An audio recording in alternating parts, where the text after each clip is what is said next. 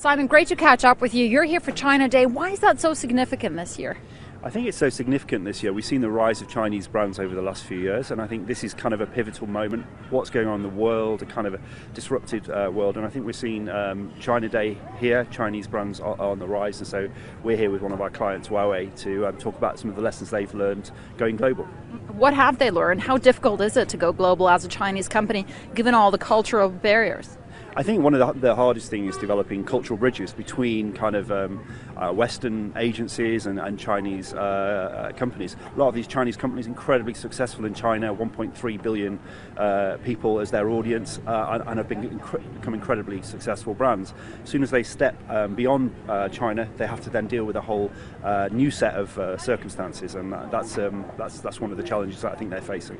As a Western agency, is it possible to break into China, or do you have to partner with a local agency? How does that work? Well, we have two sort of streams in China. We have our Chinese offices, so we have 3 offices in Beijing, Shanghai and Guangzhou, and those are largely staffed with Chinese locals, and they work with Chinese brands to help those brands be successful within China. Outside of that, we then have what we call the Shanghai edition. We have a group of a fluid network of skilled people from across our network that help Chinese clients navigate the rest of the world effectively. There's plenty of regulation, government regulation, when it comes to foreign players like Facebook or Google entering into China. They've tried it and they've both pretty much failed, and now we're seeing the Chinese ad market being dominated completely by the likes of Baidu, Tencent, Alibaba. Do you foresee any changes in that monopoly, if you will? I think you're going to see interesting coalitions, is how I would describe it. So if you look at JD.com in China and Walmart, that's a very interesting kind of combination of companies. You look at Amazon and Whole Foods just recently. So you're seeing these interesting kind of collaborations, and maybe Amazon should have partnered with a retailer from China. Who knows, in terms of actually sort of almost seamlessly breaking down those barriers.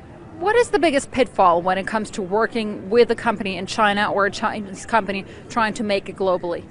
I think the biggest pitfall for Western companies wanting to work with Chinese brands is not spending the time to understand how to build the cultural bridges. China is an amazing country, 5,000 years of kind of history, heritage, amazing culture, amazing ways of thinking about the world, and it's too easy to kind of carry your cultural baggage with you and apply that to China. You need to basically go with an open mind and actually change the way you work to reflect the way that the Chinese brands want to work. You talk a lot about building cultural bridges between China and the West. What exactly does that mean? I think it means being truly client-centric. So for us, what it means is not assuming that the way we work with Western brands is the way we should work with Chinese brands. You need to go, you need to embed, you need to understand culturally how Chinese brands want to work, how decisions are made, continuity, the nuances of decision-making, and then actually build an agency or build a structure within your agency that reflects that, rather than going in perhaps somewhat arrogantly and saying, this is the way we work, this is the way you work. These are incredibly successful brands, incredibly powerful brands. They know what they're doing. We need to really remember that we need to reflect and be client-centric. That means you need to have Chinese people on board. It can't just be Westerners. I think, no, not necessarily. I think it's important that you do work with your Chinese colleagues, but it's more about a mindset. It's about a mindset of being open-minded and casting off any cultural baggage that you might actually have. Still watching? Perfect. Click here to watch another great video from CNBC International. Oh, and don't forget to subscribe. Thanks for watching.